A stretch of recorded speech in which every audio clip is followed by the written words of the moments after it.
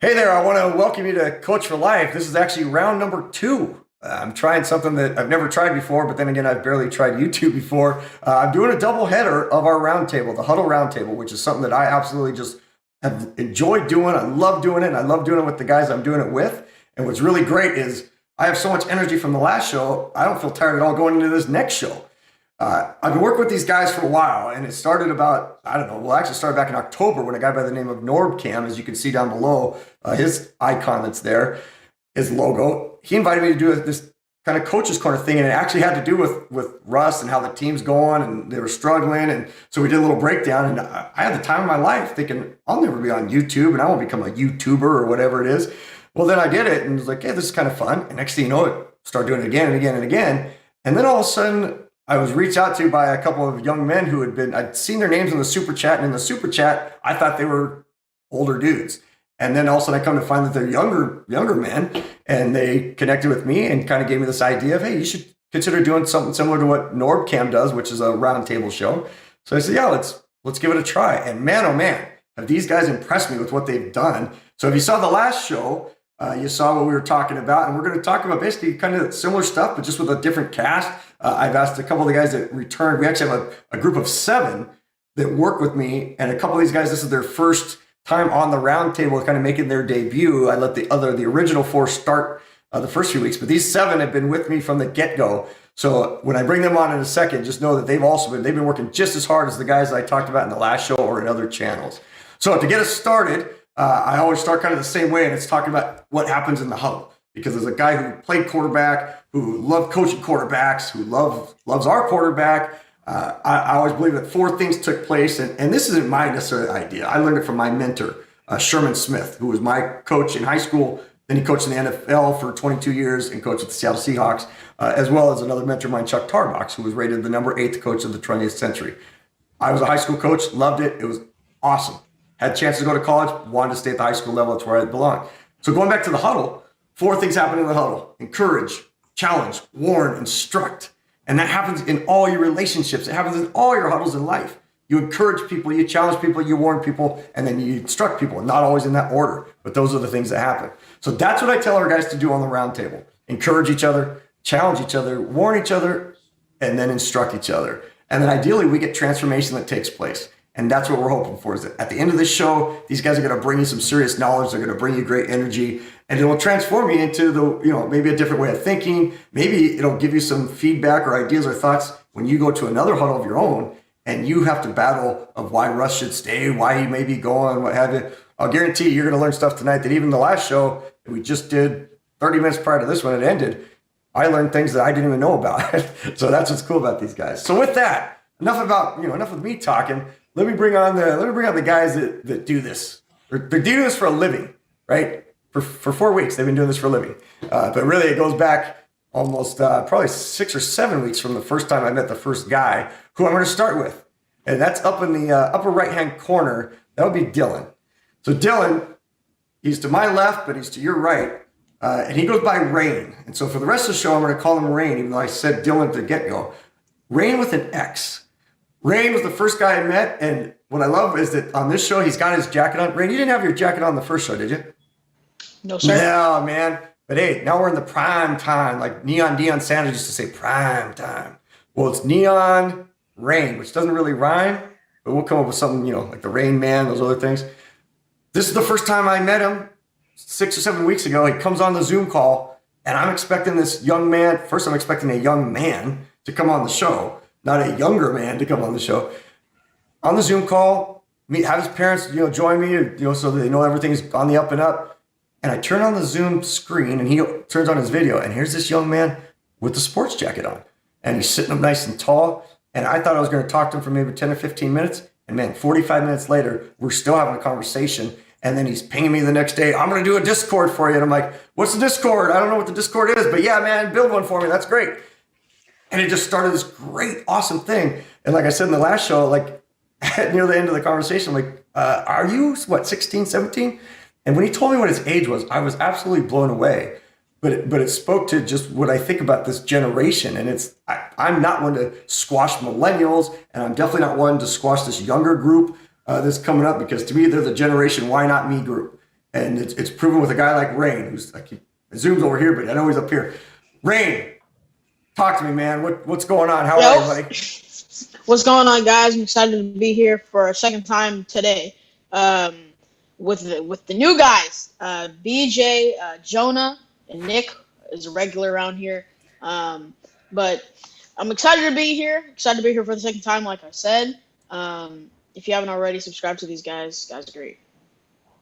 Hey, man, we're so glad to have you here. So awesome job being succinct. And what I'm finding is, as I continue to kind of struggle, work my way through these kind of nuances of the show. Even earlier today, I spent a couple hours with actually a member of this group, along with Norbcam, trying to adjust some audio stuff and try to make things as great as we can for people out there in the super chat world, or YouTube land, as I like to call it. But man, it's just so neat to see you, Rain, from the first show 3 weeks ago to now. How you come on the show, how you introduce yourself, how you talk, man. The evolution is phenomenal. So I'm gonna actually bounce to right here. BJ, first time on the show, man. Like, this is so cool. I remember meeting you, and what's neat is I got Rain, who's from Virginia. BJ's coming to us from Tennessee, and I know when my mentor, my coach, watches this, Sherman Smith, again, NFL running back for years with the Seahawks, NFL coach, Coach Marshawn. I know who his favorite guy is going to be already, because it's going to be a guy who's also in Tennessee. BJ, how you doing, man? I'm doing good. Excited to be here. First time. I know it's been about like 4 weeks or around that. We've been really working this up from the ground up, and really excited to see what the future holds for this channel. And everyone here are like smart football minds. They got great ideas, and it's just going to go up from this point on. I don't have a channel myself, so if you haven't subscribed to any of these guys down here who have channels, you should. The quality is going to be the best of the best. Pretty much that's all I have to say. Hey, I love it. And so what I'm actually going to do, though, is I just noticed that we have a little issue here in the old production department. We try to quickly scramble, and this is, you take a risk. It's like, and I know I brought up Deion Sanders already, and I try not to go too much into the prehistoric era of HAWK. But, one time he tried to go from I think it was football game to the baseball. He played football in the afternoon, baseball game. And there were some mistakes along the way and stuff. Well, I obviously have some pre guys on there, so I'm going to fix Rain and make sure we get his name correct in the piece there, and we're going to make sure BJ is BJ and not Rain, because it's important that people know who you guys are. So with that, I think are we good to go, guys? No, we got to make sure that the next guy we're going to come to, which is a guy by the name of Jonah. Jonah is coming to us. Now, here's what's cool about Jonah. Here's why I'm excited. Now, number one, how can you not be excited about a guy who comes on with a bow tie? How do you tell these guys what to wear? I want them to be their own person.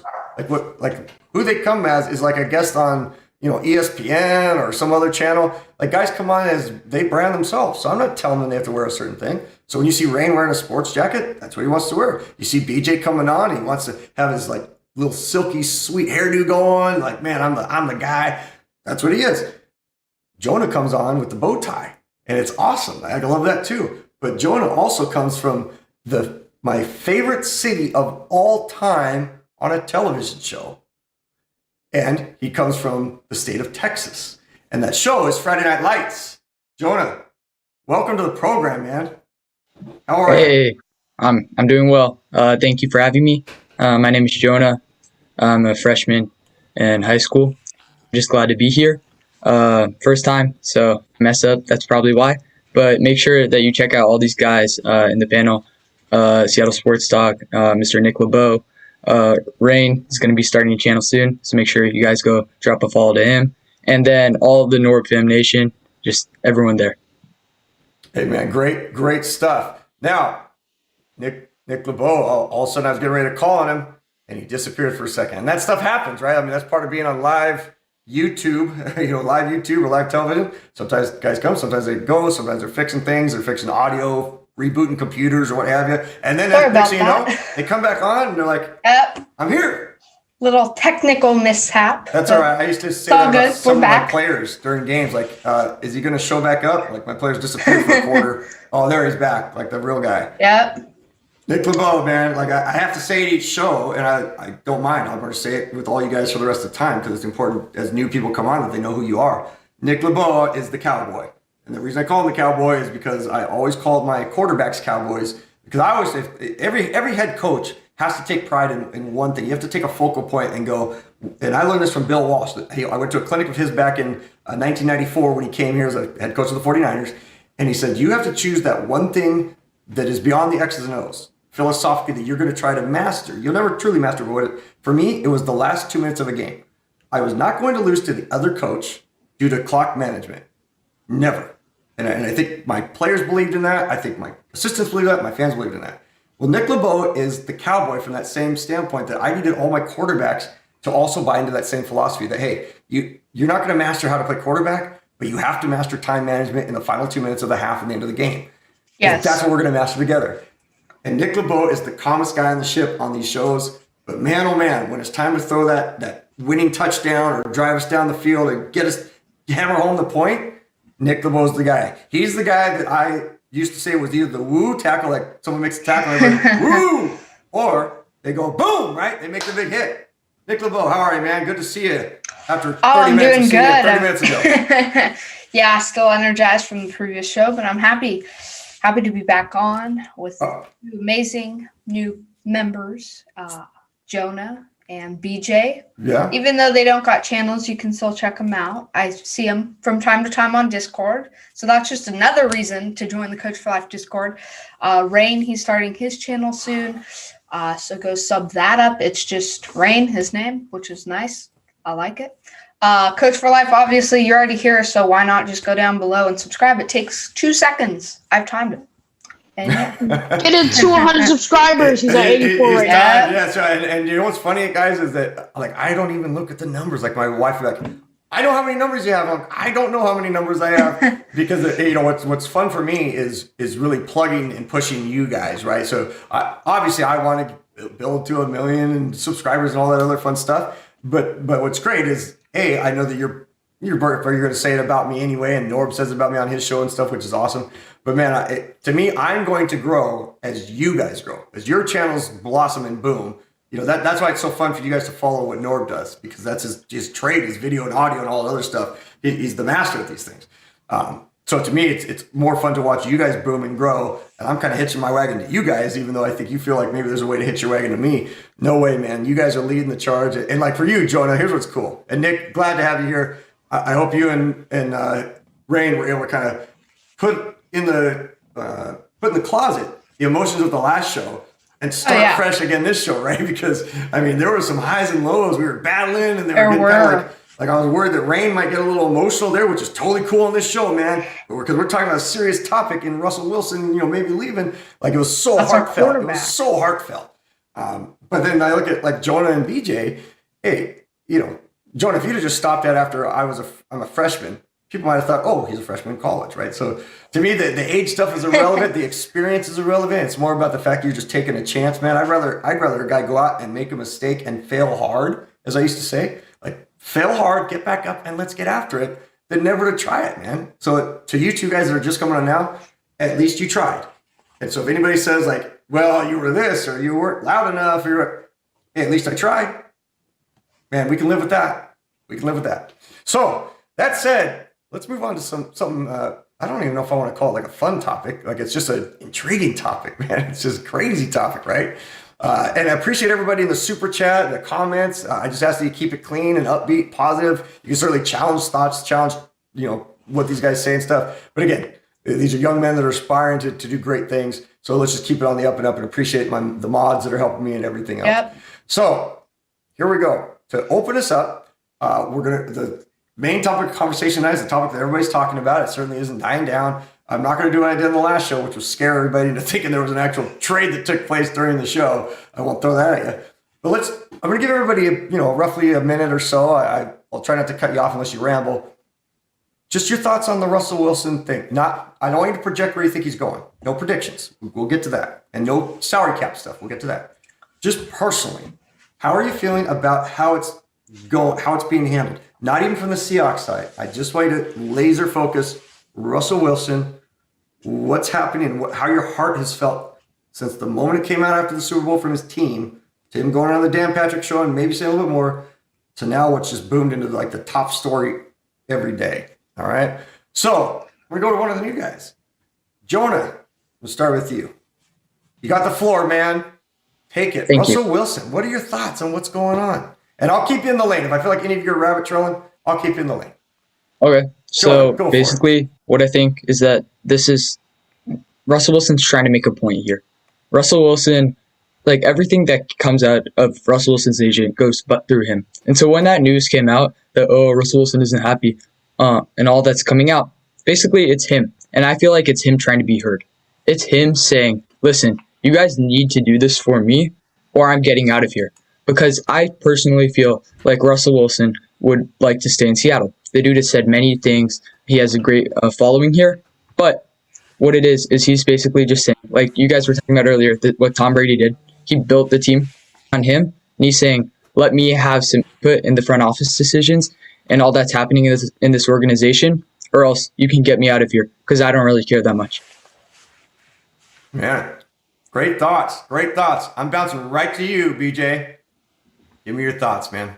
And that's Jonah, outstanding. First time just kind of letting it go? Like your first minute on the air of your own self-time? Not even close to what I did, man. I was a bumbling, fumbling fool. I was dropping the rock all over the place. All right, BJ, the floor is yours.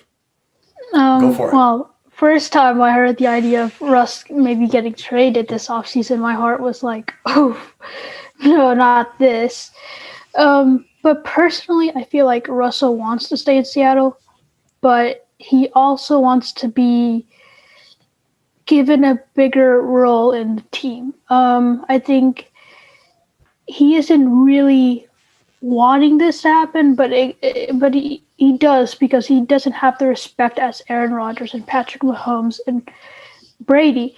And, he's just saying, I want the respect. I want to be given, a little bit more power because, it's my career out there. I do think that's a bit selfish on him saying that, it's my career, it's my legacy. I want, something like that to happen.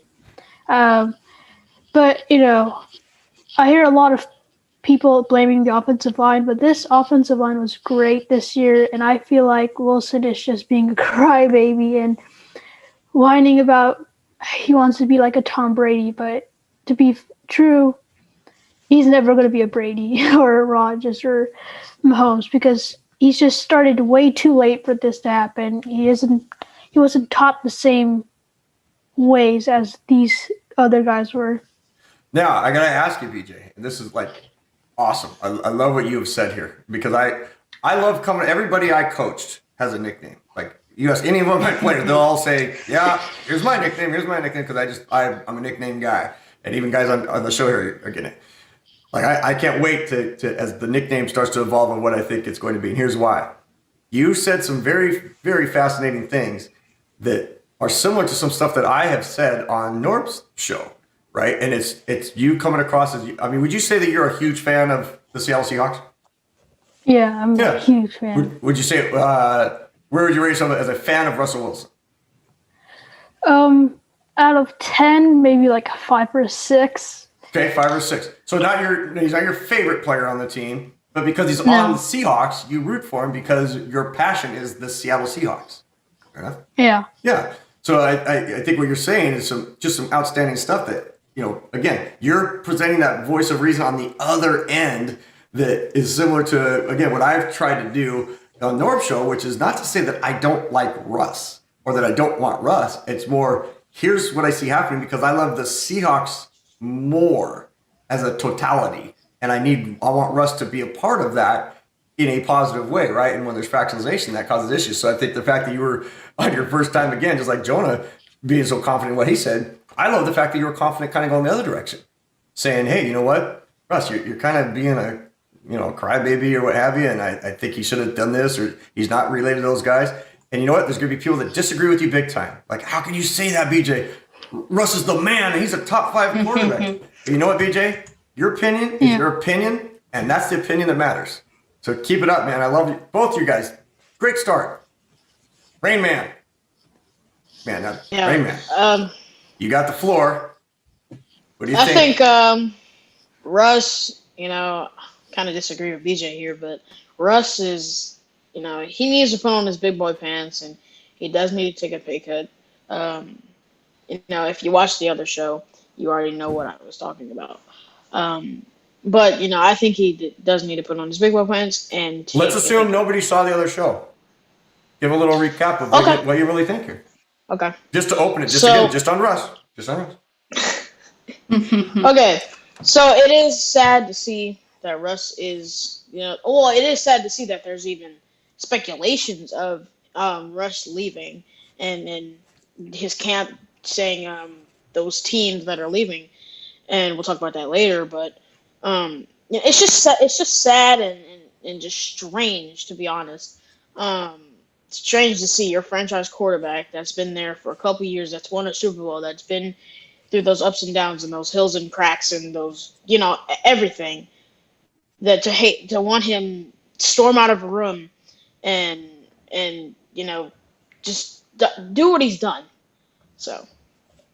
Yeah, no doubt about it. I mean, there's absolutely no doubt about it. It is when you start hearing about some of the other things that get leaked out, and I brought that up on the roundtable, that when if you're going to start kind of either throwing some people under the bus or saying some things, you have to know that when you're calculated with what you're saying or having your agent say or have some of those people say, that so are the Seattle Seahawks. Like, they're smart too, right? So if you're going to do this, then we're going to leak out some things, or we're going to have somebody else leak out some things, and somebody may get frustrated, like maybe it's a lineman that's frustrated at what Russ has said, so he's going to spout something out, stuff that shouldn't ever leave a locker. We should never know that our quarterback stormed out of a meeting, right? We should never know that. But because of what's going on, you just brought up a great thing there, right? My point is that, Rain, that's a great point that you brought up.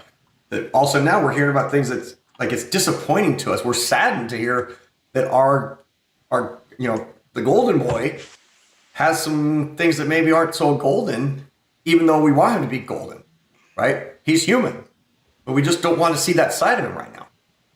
Nick Labow, great job. Nick Labow, your opening thoughts. My opening thoughts are that I don't think Russ is going anywhere. I think he wants to stay here. I mean, he just last year built a school here. Like, that's a big thing. That's a big commitment. His roots, I think, are kind of tied down to Seattle. I think Seattle wants to keep him. In every relationship, there's bumps. And I think that in the end, Seattle has given him say. They did it last offseason by making big moves like he asked. I think he's our quarterback. He's our quarterback number one. He's allowed to have some say, and he's been getting some say. I think it's kind of been really blown up by the media. Sure, there have been stuff on both sides that I haven't agreed with coming out. I do agree Russ should give up some salary cap money, because no team ever, or well, I shouldn't say ever. Don't go too far into salary cap. Don't go too far, because you're going to blow people away when you talk about it later. I know. I will not. I'm just going to say no team in a very long time that I know of have won a Super Bowl with a player quarterback taking up 20% of the gap. Ever. So that's it's all. Never happened. Never. Yeah. Never has it happened. So you bring up an outstanding point there that that it's never happened. So look at that right out of the chute. All four of you have brought up some outstanding points that you've come at from different angles. And just know that when this is for people out there watching, I don't tell these guys what angle to come from with. And they didn't even know that this was going to be the topic. I've been telling them all week long, we're not talking about Russ. Like, I'm so done talking about Russ on the other shows I've been talking on, and the guests that when I'm a guest on other people's shows. But then the last 24 hours or so, it just felt like it just heated up so much that we have to talk about it. Like, we'd be idiots not to talk about it. And it's just unbelievable that this is kind of going on, right? So now I'm going to go into a little bit more popcorn conversation instead of going around the horn. I want you to really start thinking and talking about how's this thing going to play out? Like, what, based on your own thoughts, who's at fault? What's going on? Why have Pete and Russ not met for a couple weeks according to reports? Like, that's what we're hearing. The two of them have not communicated. Is this the Seahawks? Is it Russ? How do they come together? Is it the agent getting involved and Russ is out working out and going, hey, what's going on? But why have we not heard from Russ for a while? We see him doing stuff with the kids and everything, but like it seems like he could come out maybe or maybe not, and he's calculated. So I'm giving you a bunch of stuff to think about. I'm going to come right back to you, Jonah, to let you kind of start this thing. But guys, this is more 4 dudes sitting like we used to do before the pandemic, right? 4 dudes sitting around the couch. You don't ask permission to talk. You're watching a football game and you're like, oh, Russ, everybody's talking. Jonah, lead us off, man.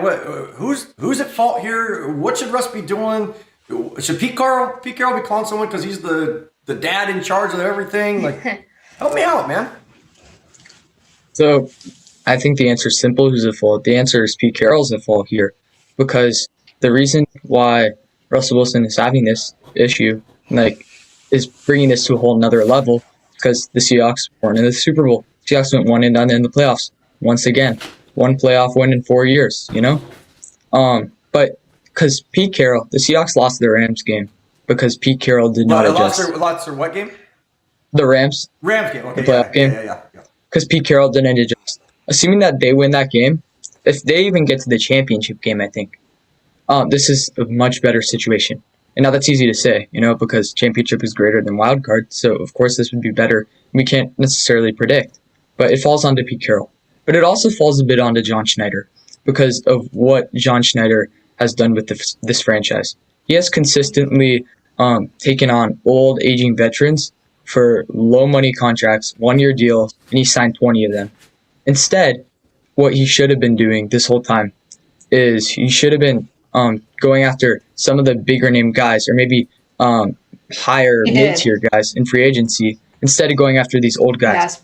Because if he does that, Russ is not going to be as upset. Because a perfect example about this is B.J. Finney. They signed B.J. Finney, a guy who's been a backup his whole career, to be their starting center. Now, Finney never plays a snap for them, or maybe he does. I don't really remember. He never plays a significant role for them. And Ethan Posick takes over at center. And Finney winds up getting traded halfway through the season for Carlos Dunlap, which is a completely different thing. But John Schneider wasted cap on that guy.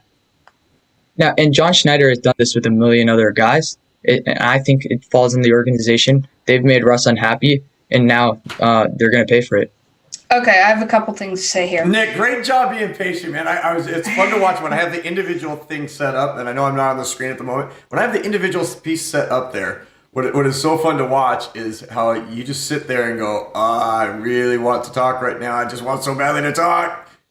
Go. Say it, man. Popcorn in Okay, there. so first off, in the Rams game, last time I checked, Russell Wilson threw the interception that derailed basically the entire game. Sure, you could blame it on Metcalf for throwing a fit, Schottenheimer for making the call. But in the end of the day, Russ missed the read, and he threw the pick. They gave also not only was a pick, but it gave up 6 points. Also, John Schneider has been making moves in free agency. Quentin Dunbar was ranked by PFF the second best corner in 2019, and he went out and traded for him. Yeah, it didn't pan out, but you can't blame John Schneider for injuries. Injuries are unpredictable. Jamal Adams, he's traded for, a superstar guy. Yeah, he missed out on guys like B.J. Finney, Greg Olsen. But the thing is, at least he did. And a lot of teams that do win the Super Bowl, they have their veteran pieces. Tampa Bay, they had Ndamukong Suh, who's 34, 35? Good point. Good call right there. So the thing is, yeah, he has whiffed on some moves, but you can't blame him for everything. Rain, Yeah, I totally- who are we blaming, Rain? Go for it. Yeah. Honestly, you gotta. I wouldn't blame John Schneider. I don't really know who's to blame, but if I were to blame someone, I was just gonna it would say, be- if you gotta blame someone, Rain, who are you blaming? Yeah. So, honestly, I'm blaming former I'm brain dead. On cable. Our former OC. So I can't remember his name. Schottenheimer. But yeah, for calling the plays that he did, because in the first show I was like, okay, like the plays that he did were trash. Like he ran it, and he threw it, then he ran it, then he threw it. It was so guessable. It's crazy. And like Jonah said, the play calling, and Nick said the play calling on the screen was horrible. My brother always So is Ray, like, Ray, when I'm I'm playing gonna Madden. pause you right there for a second.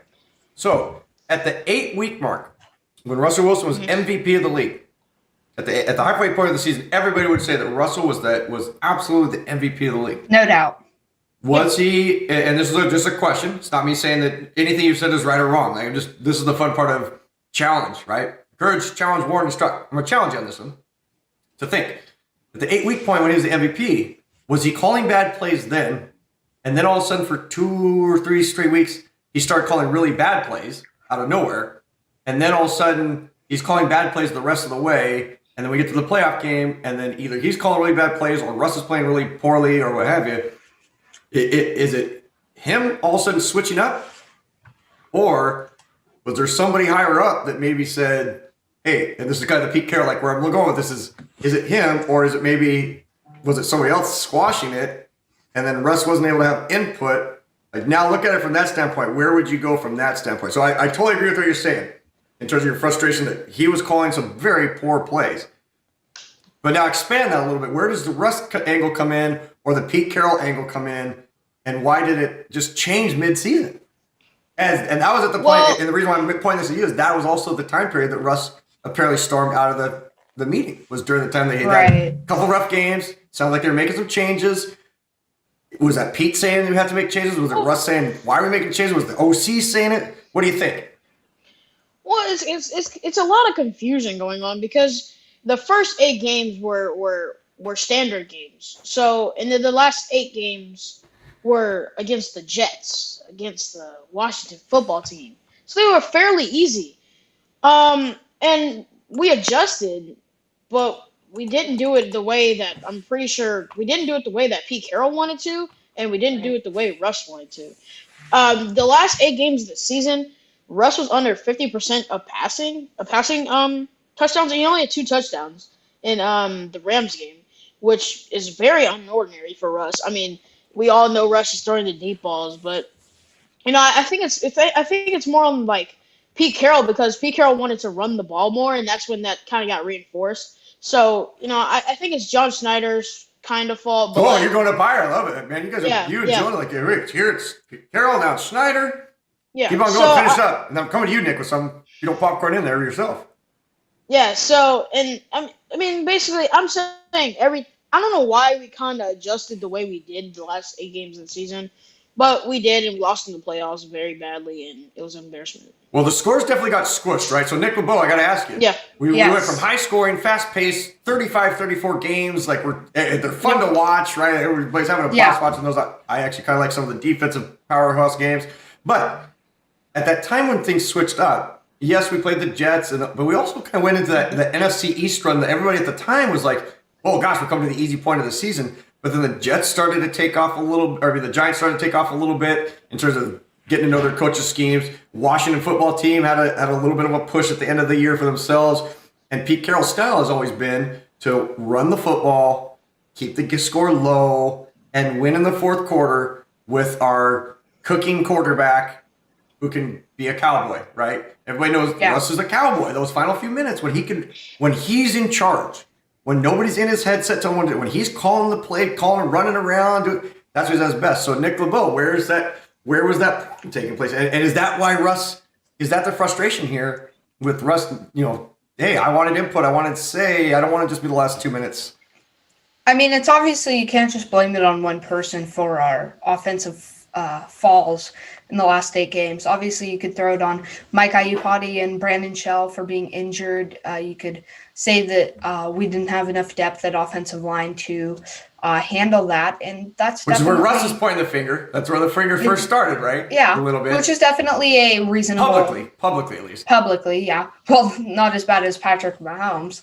True. But yeah, I mean, he was kind of pointing the finger there. You could easily blame it there. But the one thing I want to look at is we went from like really running the ball well in the first half and then we'd go short, kind of tight end, quick plays, to in the second half it would be in the first half it was run plays, quick passes, and then you'd have that occasional bomb to DK Metcalf, David Moore, Tyler Lockett, that everyone would get hyped up about, to where in the second half of the season, after the Bills and Rams kind of figured us out, we saw the offense kind of shift to a more run the ball and then just go deep. Conservative, Deep. Try and make big plays. And sometimes we'd get those plays, but the thing is when you get deep plays, a lot on a drive, you're chewing less clock because you're gaining more yards. And then another thing about that was we'd get into the red zone, but we wouldn't score. Jason Myers, awesome kicker, but 7 points. Yeah, he definitely got snubbed. Should have been first team all. And Jason Myers, awesome kicker, Mr. Reliable. He was kicking, he was making those field goals. However, 7 points at the end of the day is still greater than 3. I think that was our problem, was we kind of abandoned the short pass. So I'm going to go right to you, BJ, on what Nick just said. 7s are better than 3s. Is that on Russ? You know, and the idea here of what we're talking about tonight is what is going on with Russ, right? Like, what is he thinking? What's made him say all this stuff? But as you said, BJ, like, hey, I can sense there's a little bit of animosity on your end in terms of, look, Russ, like, stop it already. Like, you're part of this team. Maybe you're a little bit to blame for some of this. Take some responsibility. When we're getting a bunch of field goals in games instead of touchdowns at the end of the season, how much of that is Russell's? Like, how much does he need to take a little bit of responsibility for being, 8 for 20 or having, not getting us into touchdown positions, even regardless of plays that are being called? Have you seen enough or watched enough to go, hey, he should have been throwing to the check down back, or he should have been hitting shorter receivers so we could continue to work our way down the field instead of going those deep passes like Nick was saying? What would you say with regards to us getting field goals versus getting touchdowns? Does Russ need to take some responsibility for that? Well, in the interview he said with Dan Patrick, he said that, I do sometimes tend to hold on the ball, but, most of the times it turns out to be touchdowns. Well, Can you repeat that again, BJ? Because I don't think not everybody obviously watched the Dan Patrick interview and everything else. Oh, I mean, that is such a great quote that you just said there that a lot of people have not heard, didn't see it. Say that one again, what he said, because it's so profound, I think. Basically, he said, I do tend to hold on to the ball longer, and it does, equal into sacks, but then, most of the times it does go into touchdowns. But, most of the time, it's not all the time. And what if that other half, what is happening? Is that a turnover, pick six, a fumble? I mean, the need of the few the need of the many outweigh the few. And that's what I think is. Awesome. Because Wilson is the few, all right? He's the sole person, with this team, with his wife, with this agent. Then you have the team, all right? You're not here to just do it for yourself. You have other guys in the locker room.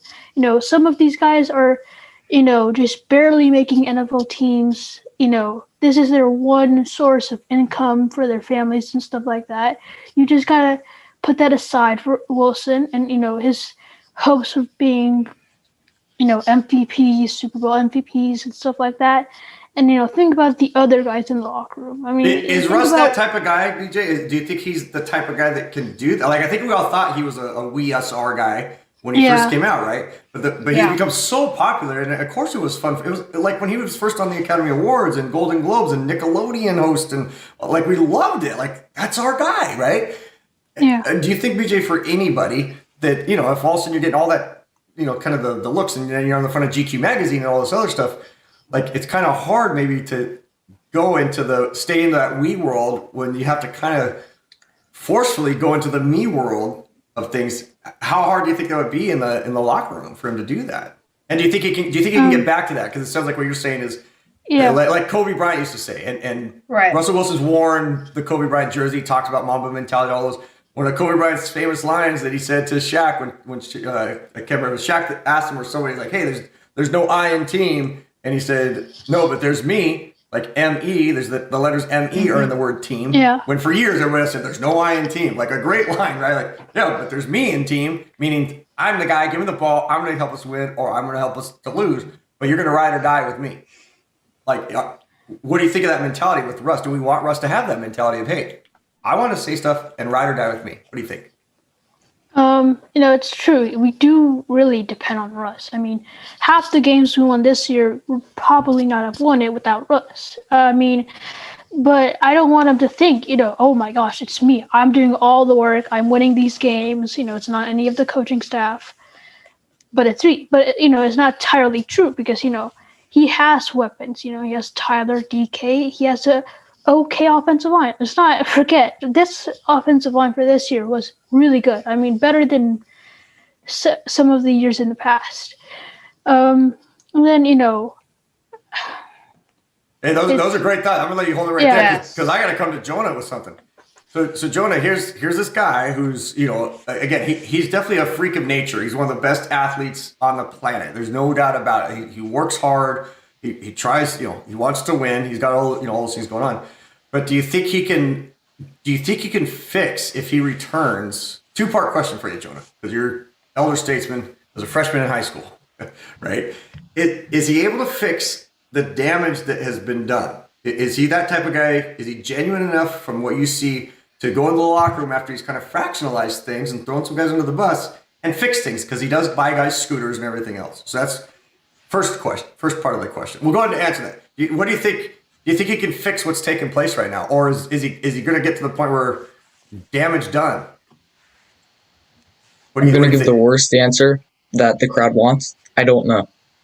Because I don't know Russell Wilson personally. Everyone says, I don't know, like Chef Jack Attack says, his interviews are super boring, he has a boring personality, whatever. But I think that he just functions different than everyone else. And yeah, sometimes, like, as we're seeing, he's kind of angry right now that we know of. Again, I don't know the dude personally, so I don't know what's happening.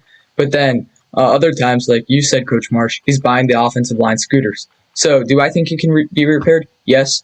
But I don't know what's going to happen in the future. It's impossible to predict. Man, that's a great answer.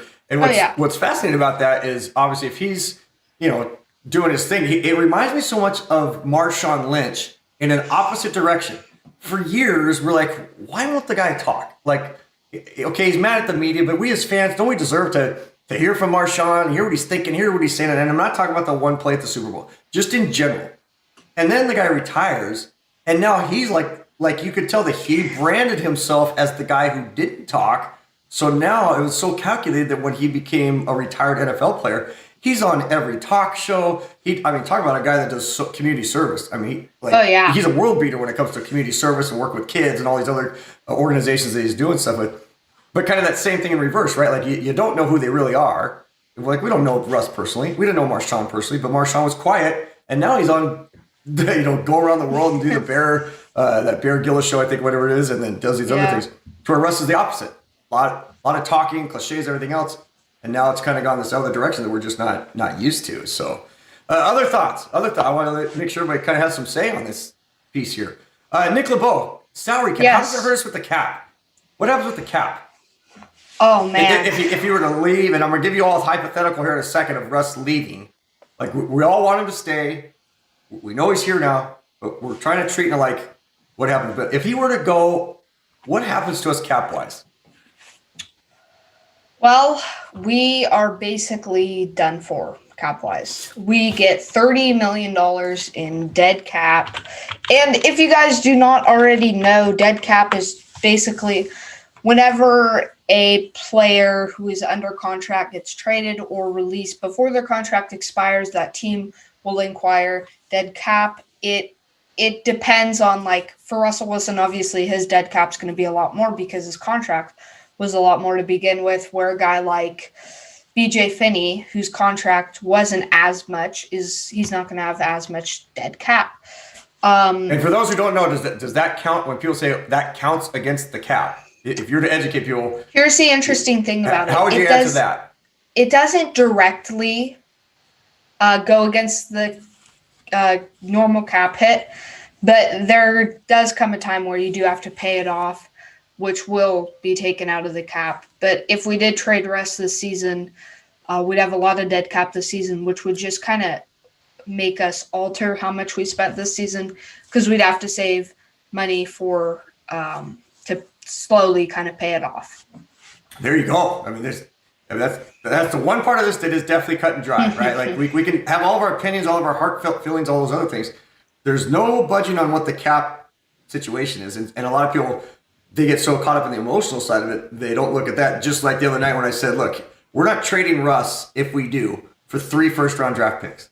That's what they're saying is the value of it. There is no way we would ever trade a franchise quarterback without getting a franchise quarterback in return. We'd be, in my opinion, we'd be moronic to do that, right? Oh, yeah. But let's say, guys, and Jonah, BJ, I'm going to come to you with this one. Let's say Russ is going, and we know he's listed 4 teams.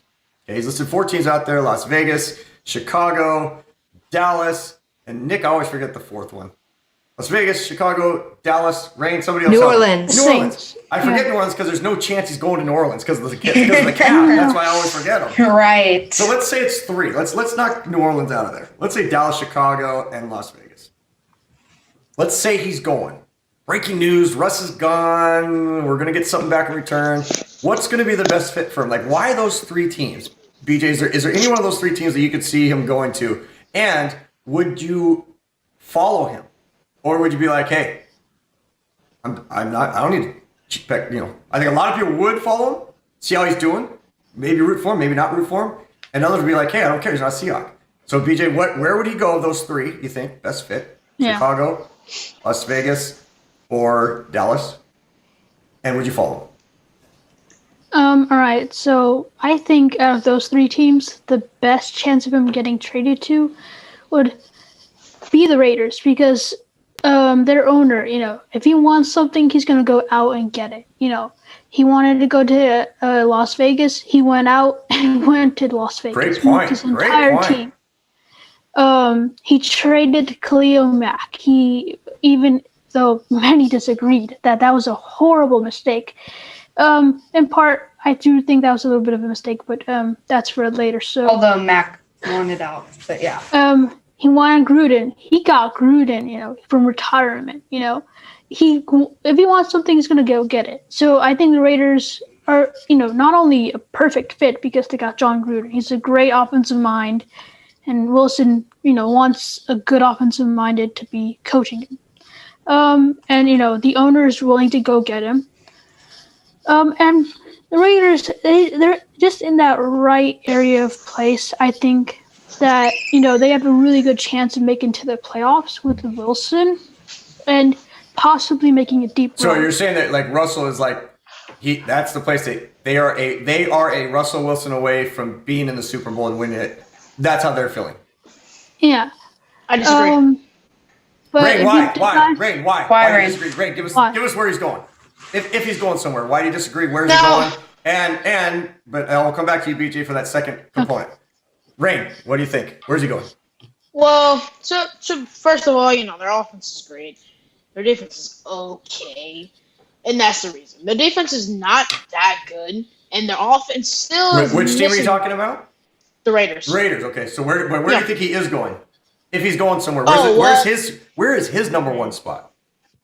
Do you think? Well, if this was coming from Russell's perspective, I would go to the Cowboys because you got the butter, you got the bread, so you got Michael Gallup and Amari Cooper, you got Ezeke. I mean, it depends on who's involved with the trade, but it's a set team that I wouldn't trade because Russell Wilson's 32 and Dak is 27, but you think Russ and Jerry?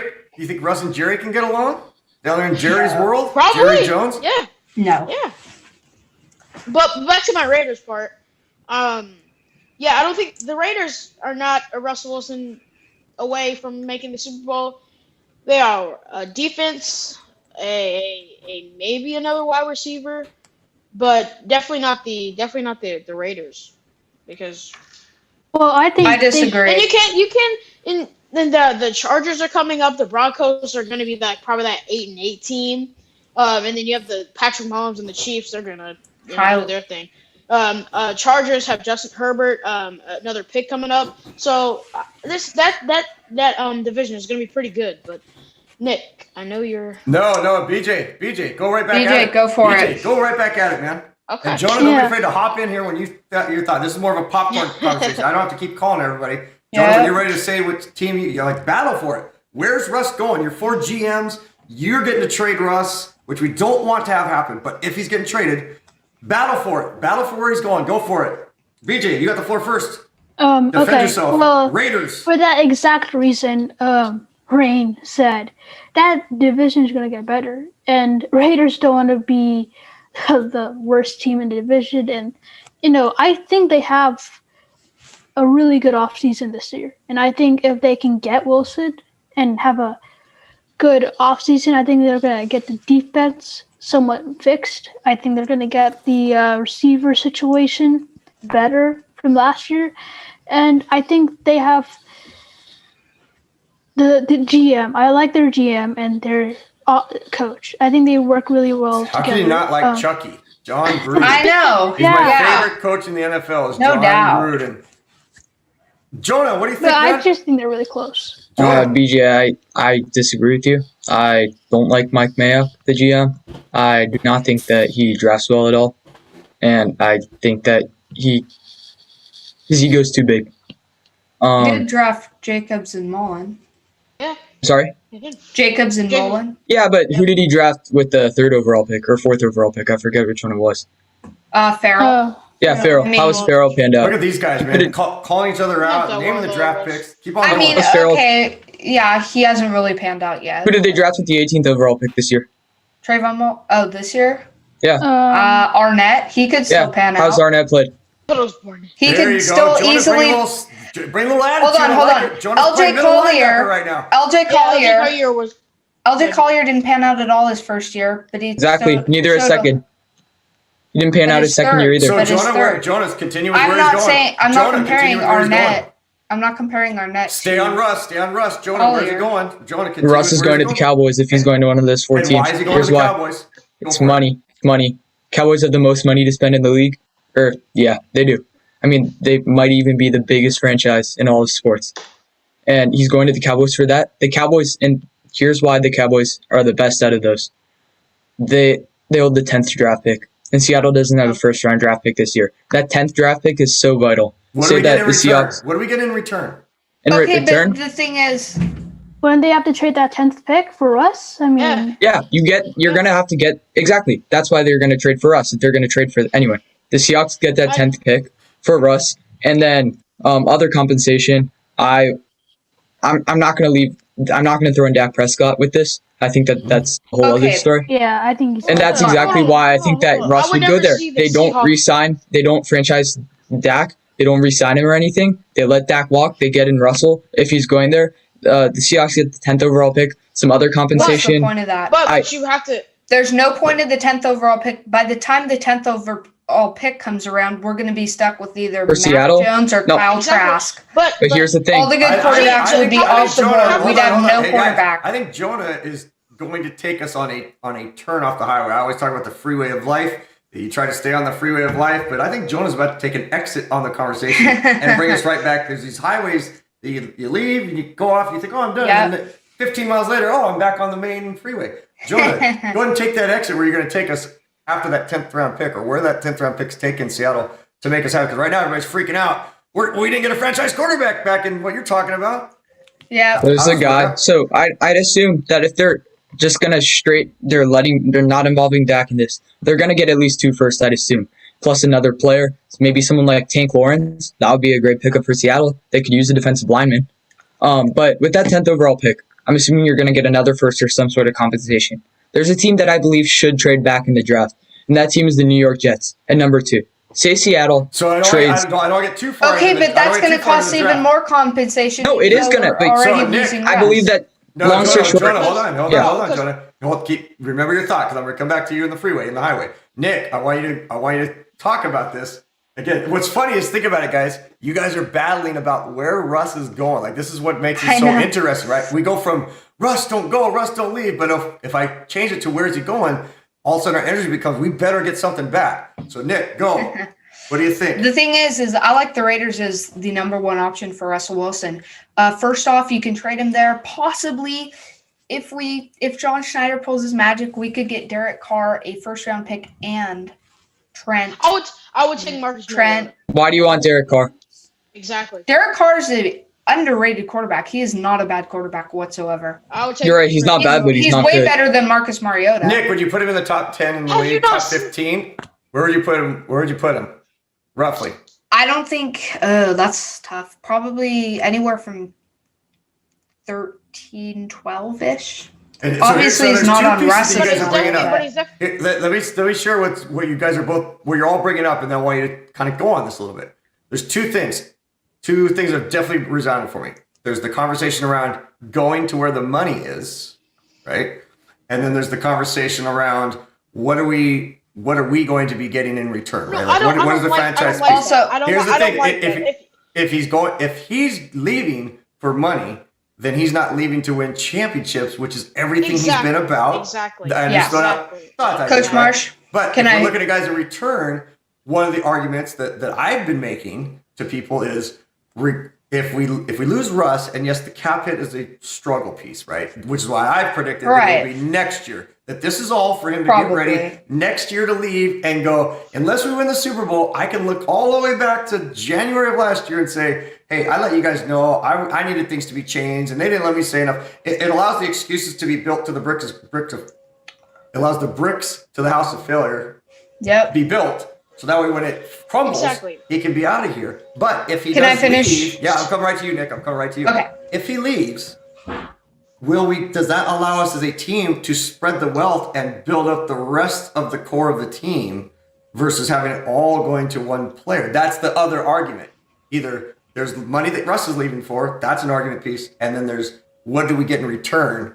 And is it franchise quarterback to franchise quarterback, or is it like Jonah's saying, which I agree with also, maybe we don't get the franchise quarterback, or maybe we get a Derek Carr, who's some people don't see as a franchise quarterback, but that means we're getting other things. We're getting better Yes. linemen, we're getting better linebackers, we're getting better running backs, and Shane Waldron has the offense he needs to make this work. Nick, go. Well, the thing is Derek Carr's not my ideal quarterback. Yeah, I think he's probably on that kind of Can you run Baker Waldron's May- offense? That's the question. That is a good question. He's kind of on that Baker Mayfield level where, like, I can see him winning us games with a kind of good surrounding cast, but I don't see us carrying us like Russ. Very few quarterbacks can carry their teams. But I would much rather have Derek Carr, a pick, and some other compensation from the Raiders than getting a 10th overall pick and spending it on a quarterback that's not even going to be top 3 in the class, and that's not even known. Yeah, you're going to have more cap with the rookie quarterback, but I'd rather spend more on a good quarterback than less on a quarterback that I don't know if he's going to be good or not. If it was like an earlier pick, maybe say 4th, 5th overall pick, then I'd be good with it because there could still be a chance we can snag Zach Wilson or possibly Wilson will be gone at 2. A lot of hypotheticals. Jonah, I love that you speak with so much confidence, man. I mean, Jonah's just like, I'm coming at you, and this is how it's going So to be. you're saying, are you saying it's Lawrence crazy stuff. or Fields is going But, to and I don't want to get too far into the draft, guys, because we're going to have so much draft coverage. I just want to talk about Russell. We're just staying on Russell, and the focus is Russell. I got to give a shout out to Sky Aviation, who said, nothing better than eating dinner and watching the Roundtable. Man, I hope that's what, like in 6 months to a year, like I always have a bunch of people that are just jumping on board this thing to watch you guys because they're just entertained with the battles and the conversations you guys are having. And I also want to answer something Elena Dahl said. This will give you guys a chance to catch a breath for just a second because you're doing a fantastic job. She asked the question, what do I think happened in the middle of the season with regards to here we're flying, doing awesome, and everybody's wanting Norton to be fired. When the very first show I came on, the whole super chat was fire Norton, and then fast forward 8 weeks, the whole super chat was fire John Allen. I think what absolutely happened, what I believe happened, and also, again, based on people that I talk to, because I don't like to just throw things out there too much, it's just opinion, is when Russ had that cold streak, which, again, for him was 2 out of 3 games roughly, but it was a really bad cold streak. I mean, it was really bad. I think we got into panic mode. And I remember doing that as a coach. when you're winning, you don't watch the film as closely. You don't, you walk the dog 40 minutes longer than you usually would. Like everything's easy going and you're just not hyper focused. And then when you lose, you go like overboard. You take too much. That's why I never spoke to my teams right after games, win or loss. I just said, great job. Go find your families, because I knew my emotions would get the best of me and I might say something that I didn't want to say in terms of, gosh, we did this, and then I go watch the film and go, oh, that was a bad, inaccurate thing. Well, also we lose a few games. Russ plays awful, and I think Pete Carroll, maybe the coaching staff, wasn't the offensive coordinator, said, hey, we got to change things because something's wrong with Russ. There's an issue, what have you, so we're going to change our offense, adjust it or whatever. And now you got an offensive coordinator who can't sprinkle his own personality into it. And there's nothing worse as a play caller than really not feeling like you have true functionality of calling plays. When the head coach has veto power, as my mentor used to say my first 5 years as an offensive coordinator, I love learning from him. And then there was times I was like, oh, if I can just have this drive because I'm in a rhythm, I'm in a zone. And then he'd veto a call. But then when I became a head coach, I understood why. Because you got worried after one game, we'd make these wholesale changes and then we'd have a 2-game losing streak. And then we'd have to go back. Unfortunately, the Seahawks never went back to what was working for them. They stayed with this, hey, you know what? I'm Pete Carroll. I've done this for years. This is how we win. This is how we won the Super Bowl. Russ needs to manage. We need to go play action, run the ball more. But that wasn't our coordinator's deal. And now the defense, fortunately, they stepped up and kept us in games. Otherwise, it'd have been really ugly. So to wrap that, to put a bow on that thought, it's quick adjustment to something that was bad for a short period of time. And I do think that did get into Russ's head. I do think that did start frustrations because he was throwing a lot, because they were talking about him. And all of a sudden he has a couple of bad games. And no one is quicker at flushing bad games than Russell Wilson. Like he might be the best Seahawk we've ever had at quarterback. Bad game. I mean, when was the last time you ever had a 3-game series of poor games, right? So to me, it was kind of strange that also all these high games went down to these low-scoring games. Yes, I know we're playing NFC East and those defenses, but they weren't that good, right? But we were just doing different things. And then so now Russ is forcing it deep. I don't think to get MVP numbers, but he felt like that's what I do best. I scramble, I throw deep. And as we did on Coach's Corner, he wasn't throwing the obvious stuff. So that's my take on why there was that breakdown and it just never got fixed, because I think Pete Carroll just he forced his personality into the offensive coordinator. Offensive coordinator now is calling plays that aren't that great because his play sheet is tighter, and Russ is now doing his own thing to compensate for that. That became part of the issue. That's my take. I could be totally wrong on that. Who knows? I'm not as smart as these dudes I'm going to bring back onto the screen. So hopefully you guys got a little break there. So now I want to transition a little bit in terms of talking about, if you just had a chance to talk to Russ or Russ and Sierra or Russ and Pete, and I didn't do this on the last show because I don't want each show to be just copycat. You get to bring 2 people into the room, any 2 people, and Russ is one of them. The other person is one of these people, so you don't get to just choose a random person. His agent, actually I'll pull myself up there so you can see super chat stuff and everything else. His agent, his wife, Pete Carroll, John Schneider. Those are the 4. That way you can kind of don't have to try to remember a bunch of things, okay? It's those core people that are close to him in some way, shape, or form. It's not Jake Heaps, his quarterback's coach. Great guy. Oh, yeah. So it's not those people. It's his agent who's putting stuff out there. It's his wife who's talking to, family, and do we move? And she's got a mega career. She's a superstar. It's Pete Carroll, his head coach, or it's John Schneider. Because I don't think the offensive coordinator, the reason I'm not including him is because he's new. I think he's going to placate a little bit to Russ. So Russ is up here. So I'm going to go to you, BJ, to start with. You get Russ and you get somebody else. And then what are you going to say to him? Like, what are you going to tell him? And again, these guys had no idea this question was coming. So they're kind of deer eyes and headlights. Like, what would I say to him? But all of a sudden Russ comes into your room. He's like, hey, I got who do you hope he's bringing, or who did you ask to bring? And then what are you going to tell him to make sure Russ stays here? How are you going to do it? Okay, BJ, here we go. It's easy, man. All right, do it. You got a minute or so. Roll with it. All right, so Pete and Russ, the 2 guys who really started this whole thing. If you want to fix it up, you have to have those 2 guys. The agent, he really isn't a big guy in this situation. And John Snyder, he really doesn't, involve in this type of situation. He's really just, drafting guys, making good decisions. But I would tell them, you guys are head coach and quarterback, all right?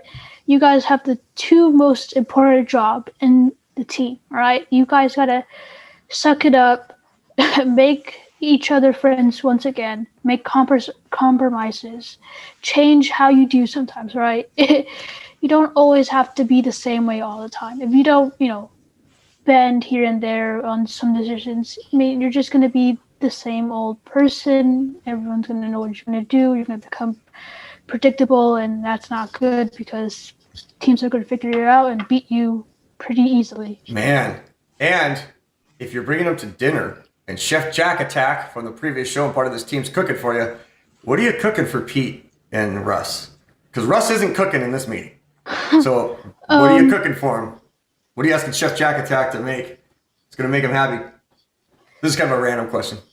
I really don't know. Maybe like I'm not basing on what you think they like. What do you like, man? What do you want, Chef? All right. Rain. DJ Rain up there with the headsets rolling and stuff. Who are you bringing? Who are you demanding to come to the table? Because I know that your heart is more into this than anybody I've talked to, of wanting Russ to stay here. And everybody wants him to stay, but you wear it on your sleeve. You have the helmet that's signed by him. He's a beloved guy to you. Who are you going to bring that you think will have impact if you can get that person? Who's the most important figure that needs to be there to hear Rain's message? And I'm not talking just Rain. I'm talking bring the thunder too. Now, if Kobe was still alive, I would definitely say Kobe. But you can't bring Kobe. You got to bring one of those four. It's got to be Sierra. Yeah. It's got to be Pete Carroll. It's got to be Schneider, the general manager, right? It's got to be one of the four people that I mentioned, and his agent. His agent was the fourth person. Now, we would all agree, bring Kobe. Then I would hope Kobe as a legacy guy with the Lakers, his whole career would say, dude, be a legacy guy, play the entire career with one team. So that said, no Kobe. Which of the four? Sierra, Pete, John, or his agent? Who do we need to convince? I'm definitely bringing Sierra because somebody's gonna have to do something because if Russ isn't taking a pay cut, Sierra's getting money. She's getting tons of money. So is Russ. But if you're crying, or I wouldn't say crying, but like if you're begging, oh please give me an O-line, please give me an O-line. I'm frustrated and getting sacked so much. You're going to need to contribute, and Russ has done that, and he's opened up schools and stuff like that, as Nick said earlier. But, he's done that stuff, but, you need to kind of, if you want to win a Super Bowl, and Coach, you said, he wants to, Jonah, he said he wants to go to Dallas. It's like the highest paid, team. Well, if you're Russ, you want to win a championship. Everyone wants to win a championship. So you're going to have to take those sacrifices and contribute to the team. So basically what I would do if I was Russ, I would stick with the team that I'm at. And I would take a pay cut. I would just, take a pay cut and benefit to other teams. Because you would. No doubt you would. But do you think you can? Would Russ. Your thought is, but what you're saying is you think Sierra, she's the voice of influence in his world, of the people that can make a difference. Definitely. If you can get Sierra, obviously like BJ, if you're going to talk to Pete, it's more, hey, you two have to make this work. We're going to make this work. Those type of things. You're more, I think if I can just get Sierra to buy in, Russ will do whatever Sierra says. I just got to get Sierra to say, hey, look, I'm going to be the breadwinner. I'm going to make a lot of money because Russ needs to be okay with only making $25 million instead of $35 million. I'll write a few songs for him. I'll do those things. That kind of what you're saying? It's not. I mean, yeah. Basically, I mean, it's as a star, as like Tom Brady. Tom Brady took a pay cut so he can get Antonio Brown, so he can get those key pieces that won him the Super Bowl. And so Tom Brady, you're saying, took a pay cut because he had Giselle. Yep. Like he's got. Yep. The family's making a lot of money, so it's not like he made this big sacrifice. Like that's the funny thing with Tom Brady, and I say it too, right? Like, hey, Tom Brady, he took some pay cuts. Well, it wasn't a huge sacrifice when somebody else is making twice as much as you do, Right. Right. So, all right, great thoughts. Jonah, but before I come to you, Jonah, Deb Peterson asked, do I think Russ would ever consider doing a Sherm thing and firing his agent, doing it himself? You know what? If he would have come out the day after his agent said something, I just said, maybe. But I think Russ is his persona. Again, that's why this is so baffling to me. And Jonah, we're coming to you in a second. It's so baffling to I think so many people, because what's happening right now is so unlike the brand of Russ we've come accustomed to the last couple of years. The first 3 years, no way this happens, because that's not who Russ was. The last years, as Russ has become this mega star, he's on seven of the 10 massive industry makers he endorses. I don't blame him for that type of stuff. But when his agent and his team is saying stuff and he doesn't even come out and say, hey, you know what, guys, we're not doing this, or doesn't come out in the press and say anything, hasn't done a real hardcore interview since that earlier interview, I just don't see it happening. And then if he did, then people go, well, gosh, now who's this Russ who first came out? And then he's firing people. Well, honestly, that could put a take on things too. So hold on, Rain, I got to get these other guys. So Jonah, 2 people to the table. Oh, Rain, what are you eating? What's Chef Jack Attack making for you that you want, that you like? So he said he's going to teach people how to make fajitas tomorrow on his show. So we're eating Chinese food. I like it. Good call. Jonah, you got Russ, and then you're going to call someone else and say, I need you tomorrow at noon to talk with me and Russ. And it's not a Zoom. We're doing it face-to-face. Who are you bringing? The agent, Sierra, Coach Carroll, General Manager Schneider? Which one? I'm bringing Sierra. And why I'm bringing Sierra is because at the end of the day, like I said, I don't know Russell Wilson personally, but from what I know of him, he is a family man first, and that comes first to him. Football takes a back burner. His family comes before. And personally, I even believe that the charity work that he does comes before football. And he has such a big following with all the kids in Seattle, frankly, like Seahawks fans, like me. I love Russell Wilson, He's built up a following with me, but all the other people's lives that he's impacted. So I'm taking him and Sierra, and I'm saying, what's your vision? Is your vision that you want to win championships and you want to stay here? And yeah, you'll have to take some money and give it to other players, such as maybe KJ Wright, who's not willing to take a discount, and then have Sierra write a few more songs? Or do you want to make the most money possible? Because if it's a matter of that, if it's that he wants to make money, fine. I don't really know what happens then. If they want to go on their own route and trade him, that they can do that. I'm not John Schneider and Pete Carroll. But I'm asking them, what's your vision? And then I'm bringing up the fact of the matter of the following that he's built up in Seattle and how much the community means to him, because he's a family man first. And he started here, right? So I mean, he made his money here. He grew, all those things here. Like I said, he's planted some heavy seeds here and such. And that's why I think it's fascinating. He's part of the first generation that is, other than Michael Jordan. I mean, there's a few others. When I say this, I'm not hiring everybody, but there's so many athletes now that really, if the concept is making more money, then win championships and get endorsements, because people are paying way more than they are for the contracts that these guys are making. So yes, he's making $35 million, but he goes and is a brand guy for this and the brand guy for this and the brand guy for that. And then social media gets him out there and all these other things. Now there's that argument too, that he is doing a lot of things, right? I mean, he's not just endorsing, he's doing these school things, which is awesome. He's got his dangerous show. There's lots of things. So he's probably not as focused as people want him to be. And that's sacrifice, right? Yes, Tom Brady does a lot of these things, but man, Tom Brady's a clicker. Everybody says nobody spends more time doing the clicker, doing video, watching video than Tom Brady does, because he wants to win, period. Oh, yeah. He's not doing a lot, but he's an old dude like me, right? I mean, he's darn near my age. That's crazy. Jonah, okay, you're bringing us 2 for Sierra. That's 1 for Coach Carroll. Jonah, what are you having for dinner, though? Like, you got to pick something. You got to pick it. You got to hope these guys like it.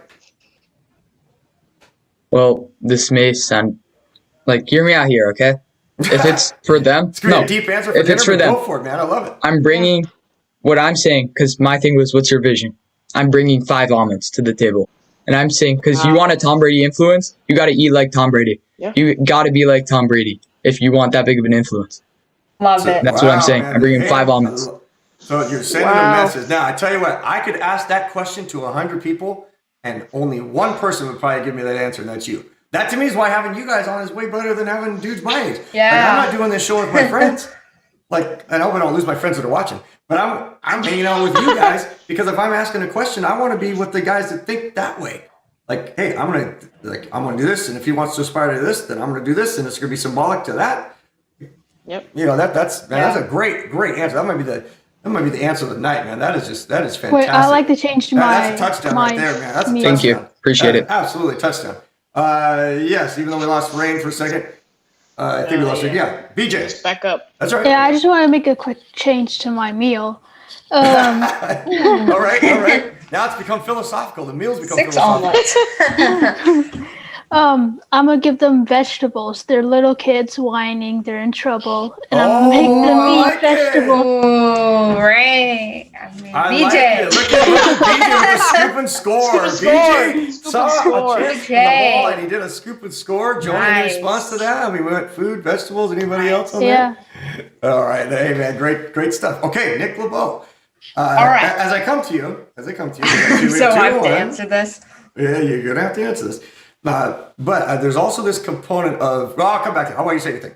Nick Labow. Who you bring of those 4? I would bring to the dinner table the 2 people who at this time have the most tension. And in my opinion, that's Russell Wilson and Pete Carroll. I think they need to work it out together face to face, really have a deep conversation on what Russell's goals are. Because the thing is, yeah, you can bring Russell and Sierra to the conversation and they can discuss, but I think Pete Carroll really needs to know what Russell Wilson's motivations are. If he wants to stay here. It's Nick's floor. Nick's floor. What his motivations are and what he wants to do. Obviously, he's really tied to the city, as I said before. Sounders owner, part owner. He owns a majority. Has a school here, bunch of charitable work. I think Pete Carroll needs to find out what his goals are. Obviously, I believe that with him, it's family first, then charity, then football. But how much time is he really spending on football? So answer this, guys. Go what ahead. I am cooking for them. Yeah, that's what I was going to ask. I'm cooking something that involves beef because they need to eat their beef away. Oh, look at this guy bringing the philosophical stuff. That was a good one. You guys are brilliant. I like it. Agree. Good stuff. Then Rain, I know you got thoughts here, but this is actually going to lead towards you, but I think you're all going to have to think about this for a second because I know there's going to be a little bit of debate, kind of the wrap-up piece. A thought that I've had that I've been wanting to ask quite a few people, and I have, because I definitely have a strong take on it, but I'm not going to bring my strong take into this one way or the other, on whether I'm really supportive of this or not supportive of it, especially now that I'm in YouTube land and branding land and all those other things. When Russ first came to us, he was going to Children's Hospital every Tuesday, and I mean, his one day off, he'd go in Children's Hospital. We didn't even know about that till I think his second year when King 5 did a story on it because someone kind of leaked it out. He was very quiet about it. And then he started doing some other charitable things. Nobody knew about it. Then he starts showing up on these shows. He's the first row of the Academy Awards, all those other things. It's great and everything else. But we talk about him doing this, building the school and all these other things. And then last year, I think it was last winter, last summer, he goes all around the world, delivers shoes to people. They're on the Great Wall of China. Him and Sierra are everywhere doing all this great community work. And they're doing it all with selfie stick in hand, with sometimes him and Sierra are together doing this. Hey, we're out in the middle of the 2 of us are out in the middle of nowhere, out in the wild jungles of Africa, giving this stuff to these kids, basketballs to these kids. But there happens to be a 4K television camera right there with us, filming us while we're doing it, and then we're going to be interviewed afterwards.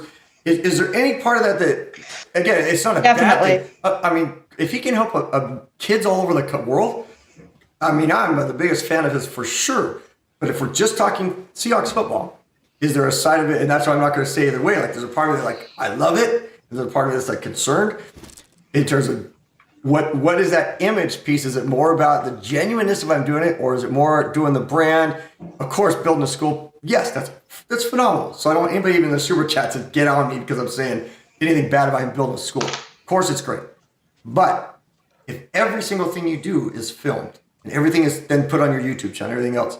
Is that where focus needs to be? So Rain, I'm coming at you. Does that bother you? Is it cool? Do you want to see? Do you feel like that? Do you feel like we all need to see it, or is it one of those like, hey Russ, maybe tone it down a little bit, focus on some other things, and win us the Super Bowl, and still do all that great work. Just don't put it out there for everybody. Well, it's kind of hit or miss, to be honest, because you always want to be seen in the gym or the stadium working out or passing the ball or just training in general. And you take vacations and stuff like that. But I think he has all rights to do that. He's a hardworking man and he doesn't take breaks. Well, the only break he takes is the vacations. But I'm pretty sure Sierra wants the vacations. They want time to themselves to not worry about football. And I completely understand it. I would not want to learn about. I mean, not learn about, but play football every day. I would at least want to take a break or so. Yeah. And what I'm definitely not saying don't do it. Like he can go do it every once. I'm looking at it from that marketing, the marketability of him doing what he wants to do. He's got Sierra. He's kind of in this new world of it's Russ world, right? It's me team Russ and all those things. Again, I'm not saying good or bad. Don't do it. Those type of things. Because I think you bring up some great points, right? He works so hard. He's earned the merit, and I think that's why we give him grace during the season. I mean, geez, on the coach's corner or on a roundtable, the roundtable I'm on with Norbcam, I feel like if I say one negative little thing about Russ, like everybody just goes crazy. You guys have seen it, right? Everybody goes nuts. And it's not because I'm against Russ, but it's like, man, he's done so much of getting us out of the hole and took us to the Super Bowls that he's earned a lot of merit points. And it's like, hey, don't touch Russ. Like, we don't say anything negative about Russ in this town. And I'm more well, I'm just looking at it from a standpoint of, again, I want us to win a Super Bowl, and so I want what's best for the team. Jonah, thoughts? Russ, the market's here. Too much? Is it overkill? Is it great? Is it like, hey, it doesn't matter? Or is all, and where I'm leading with all this, guys, is what is happening right now part of this whole master plan that is Russ knowing of everything marketing-wise that goes on with him? Because right now, we're all looking at this like, Russ, this is hurting you from a marketing standpoint. Jonah, what do you think? Is he okay as far as the charitable work? Yeah, not him doing the charitable work, but him always putting it out marketing and him, not just that, but him doing the Dangerous Show, being on the Academy Awards, him doing that. Does that need to slow down a little bit, or is it like, hey man, that's going to make him play better as long as he's just doing his own thing, even though it may be stretching him too thin? I mean, I think he just has to do what he has to do. I mean, everyone has to do their own thing, And part of it is that so much of what he's been doing is with Sierra compared to the beginning of his career where he didn't have Sierra in his life, And so him going on the Dan Patrick Show, him being on with Colin Cowherd and the Academy Awards, all this stuff, like that stuff I don't really mind. I mean, a lot of players do that, but they just don't have as big of a following as Russell Wilson, Agreed. So they don't get talked about it as much. Yeah. So I don't really mind that. As far as the thing that he said kind of sparked the whole internet and the whole NFL, and that's what kind of kickstarted. Oh, Russ is out of here. This Russ demanding a trade. To Oh my be gosh, honest, he's going to Seattle. Oh my gosh, he's going everywhere. Like that kind of kickstarted everything. Because of what Jonah just said, right? Because of the massive following.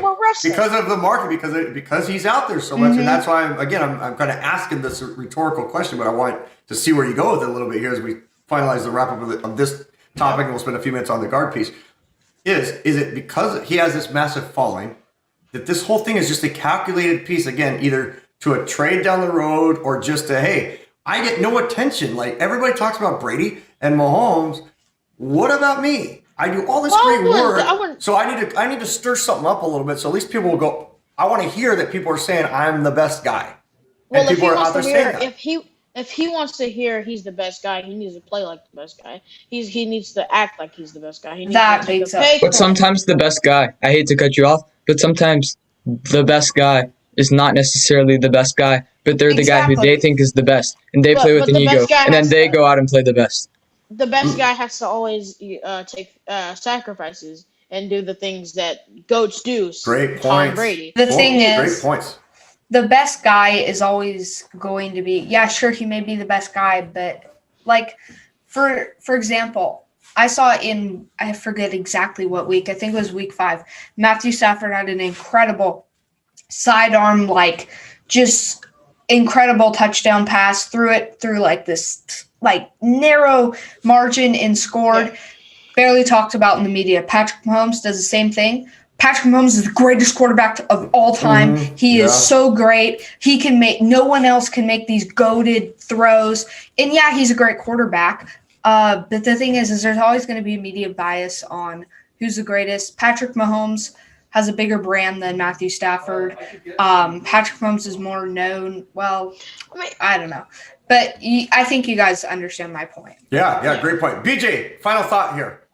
What do you think on this media piece with Russ? Is it too much? Does it impact anything? Again, and I'm directing it back to what's happening in these last couple of weeks. All this stuff that he's been doing for years has been very calculated. Like he knows he's the face of everything. He knows that, at least I think that he knows that we all love him and does all this type of stuff. But is it something that now his marketing is so big and so bold that he's done this crazy twist? Or, hey, he didn't realize it was going to get this crazy?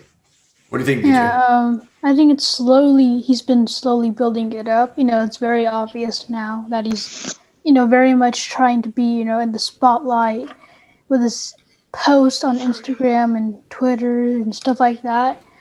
I don't really like it because I just want him to just be him. I think this is not really him. I think he's just trying to live up to the expectation of with his following and stuff, and he feels like that he's pressured to give the media what they want. What's inside what his life looks like, and that's where every fan of any athlete or sports team or whatever, they want to look what's behind the scenes, not what they see.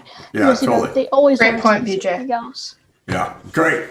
Man, that was very solid. Very solid. Yes. All right, here's the final piece you get. You each get about 30 to 60 seconds in there somewhere, and as long as you don't ramble, I won't cut you off. You get to talk, and talk right into the camera. You can pick any of the 5 people. So the 4 people that I said can come to dinner, or Russ. So you can either talk to Russ, you can talk to Pete Carroll, you can talk to John Schneider, you can talk to Sierra, you can talk to his agent, and you can tell him whatever is on your heart. Because I'll guarantee you, they're all sitting there watching this show right now. They're all watching this show going, hey, you guys watching well, nobody does this. Why did I even do that? Nobody uses a phone like that. Gosh, talk about prehistoric. 1994's calling, they want their phone back. Anyway, they're on their cell phone or what have you doing their thing. Saying, hey, you're watching that roundtable that they're doing. You can pick any of the 5, and it's just directly to them. Don't go rabbit trails. You're only talking to them on a FaceTime call or whatever, however you do it. Whoever you're connected with. Nick Labow, I'm going to come right back to you. Because usually I get to save you to the end. Who are you going to talk to? You have Russ. You talk to Russ. Or maybe it's another voice of influence that you feel like, I don't need to talk to Russ. I need to talk to somebody else. So to make it clear, it's just me one-on-one with You're making a phone call someone else. To one person. You're making a phone call. Okay, You're that's going to what talk to them, but it could be a you can see them on your phone. And you FaceTime. only have 60 seconds to talk to them on the phone, whatever video app you're going to use, right? And you got to pick the one person. And here's what I'm going to say: it can't be the person you brought with Russ to dinner. So you can pick. Sierra. Any of you can pick Russ, but you can't pick the person you brought to dinner because you've already had Sierra. that dual conversation. All right, go. 60 seconds. Sierra. Hold on, wait till I put you up on the screen. Okay. Because she's gonna be listening and watching you, Nick. All right, here you go. Nick Labow, your 60 seconds is on. Sierra's on the phone. Nick Labow, Sierra on line 4. So basically, I want to know your motivations with Russ. Do you think are you guys really that invested in Seattle? I know you have a school here. You've done so much charitable work. But do you really have plans to stay here? I know it's kind of it's a big but small city tucked up in the upper In the middle of the corner. upper corner of the Northwest? Exactly. Yeah. Good, you have about 15 more seconds. If you want it, you don't have to use the whole time. And do you really want to stay here?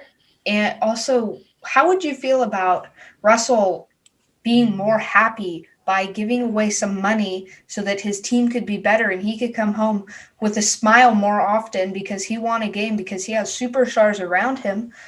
And you could even do what you love and write some more songs. Great stuff. How about that? Now say goodbye to Sierra.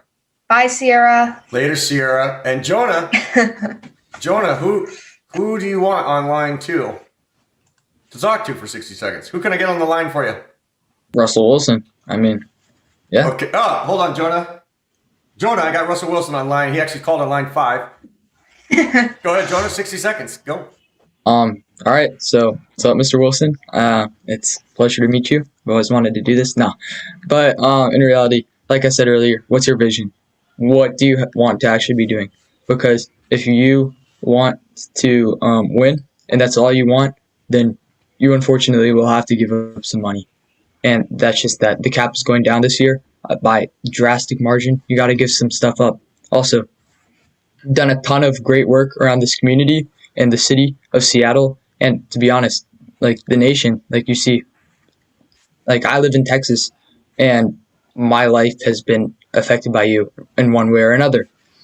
And sorry, I'm blanking out right here. You got 10, Okay, you got 10 more talking seconds. to Russell Wilson. Yeah. What do you actually like want to do? Like, do you want to be known as Mr. Nice Guy who does everything for the community, or do you want to be known as the guy who left his city and we're gonna burn your jersey like we did with like people did with the LeBron James? Hey, thanks for taking my call, Jonah. Remember, the separation of the preparation. Go Hawks. Hey, thanks, Russ. We appreciate it. I hope we never get to the fan base. Thanks for taking the call. All right, BJ. Who do you want on line 1? I'm calling John Schneider, and I'm telling him, All right, let me Do get you John. have Let a plan? me get John on the horn for you. Beep, boop, All right, okay. BJ, I got John Schneider on line 1. You got about a minute. He said he's in a big time hurry, so go ahead. John's just listening. Okay. He can't talk. Go for it. You got John Schneider. Do you have a plan, after Wilson is gone? Because, eventually it's going to happen, right? Do you have an eye on a quarterback in college? Are you looking for the future? And, Pete, he's going to get retirement age soon, if not already.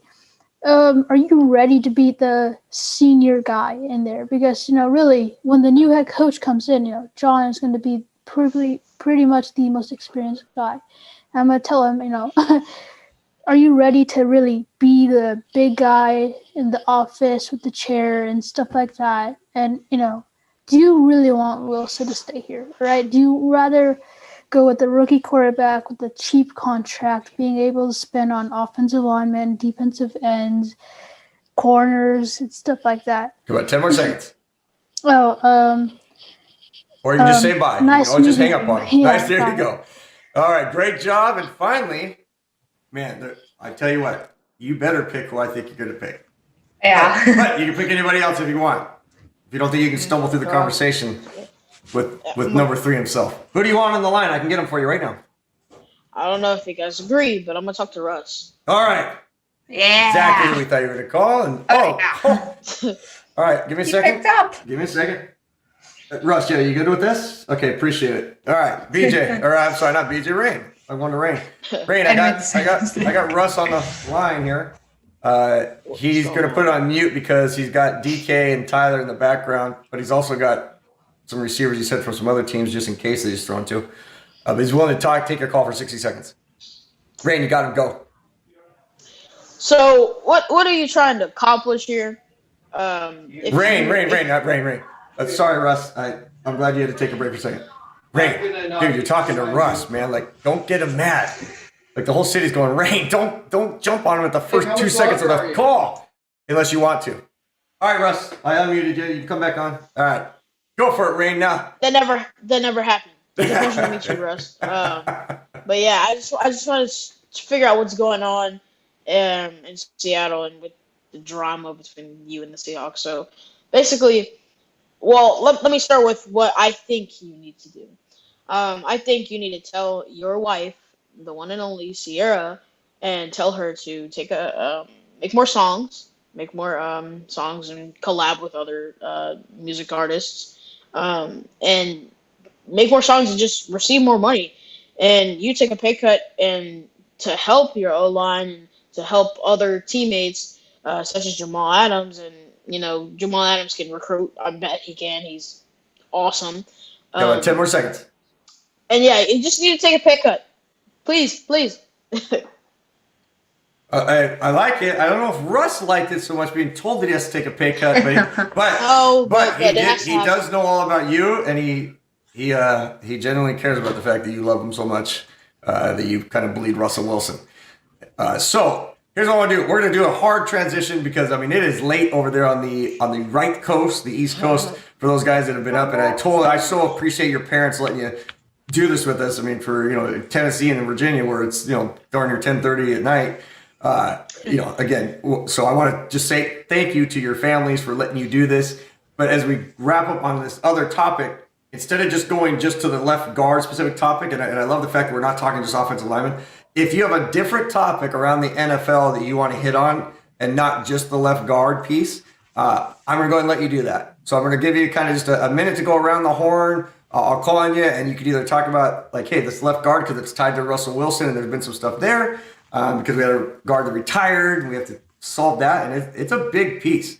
Like, it's a major piece, and I think Russ is paying attention because we haven't been able to pay a lot there, but then Russ makes a lot, so therefore we can't make a lot. Or if you have some other trending news story that you just wanted to discuss or bring up real fast, go ahead and throw that out there. So I'm going to go to you, Jonah. I'm going to start with you because I have a feeling that you may have some stuff from around the league, or you can talk about the guard.